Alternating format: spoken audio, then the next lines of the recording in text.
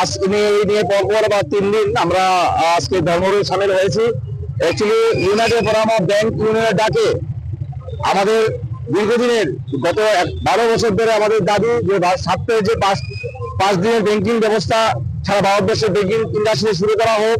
কারণ মাসের প্রত্যেকটা শনিবার LIC থেকে শুরু করে GIC এবং আমাদের যে স্টক মার্কেট এবং সমস্ত কর্পোরেট অফিস যেখানে স্যাটারডেতে বন্ধ থাকে, সমস্ত স্যাটারডে বন্ধ থাকে।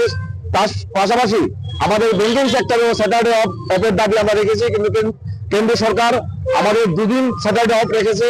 কিন্তু 2023 সালে আমাদের লাস্ট যে ওয়েজ নেগোসিয়েশন হয়েছে, ওই ওয়েজ নেগোসিয়েশনে ইন্ডিয়ান ব্যাংকার্স অ্যাসোসিয়েশন IBA যেটাকে রিকমেন্ড করে গভর্নমেন্টের কাছে পাঠিয়েছে, কিন্তু গত 2 বছরের উপর হয়ে গেল কেন্দ্র সরকার আমাদের এই দাবি নিয়ে তাড়াহুড়া করছে।